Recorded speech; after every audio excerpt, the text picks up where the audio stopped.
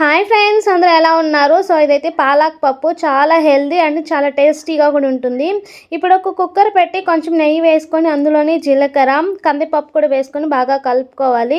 So ఇప్పుడు ఇందులో onions, carrot, beans ఇవన్నీ వేసి ఒకసారి బాగా కలుపుకొని కొంచెం చిటికెడంత పసుపు కూడా వేసుకొని బాగా కలుపుకోవాలి. ఆకు కొంచెం ఎక్కువే వేసుకోండి, చాలా హెల్దీ కదా ఇది. సో దీని బదులు మనం మునగాకు కూడా వేసుకోవచ్చు. సో ఇదంతా ఒకసారి బాగా ఫ్రై అయిన తర్వాత అందులోనే కొంచెం సాల్ట్, కారం, ఇంగువ కూడా వేసుకుంటాం కొంచెము. ఇందులో మనం కుక్ చేసిన రైస్ వేసుకోవచ్చు, లేదా డైరెక్ట్గా రైసే వేసుకోవచ్చు. మన ఇష్టం, ఎలా అయినా వేసుకోవచ్చు. ఇది చాలా హెల్దీ, చిన్నపిల్లల నుంచి పెద్దవాళ్ళ వరకు ఎవరైనా తినొచ్చు. సో మనకి వెయిట్ లాస్ కూడా చాలా మంచిది, ఇది హెల్దీగా ఉంటుంది. ఆఫ్టర్నూన్ మన లంచ్కి చాలా సింపుల్గా చేసుకోవచ్చు. సో టేస్ట్ కూడా చాలా బాగుంటుంది. ఇది మనకు ఒక 3 విజిల్స్ వస్తే సరిపోతుంది, కరెక్ట్గా సరిపోతుంది. ఐ హోప్ ఈ వీడియో అందరికీ నచ్చింది. నచ్చితే లైక్ చేసి, షేర్ చేసి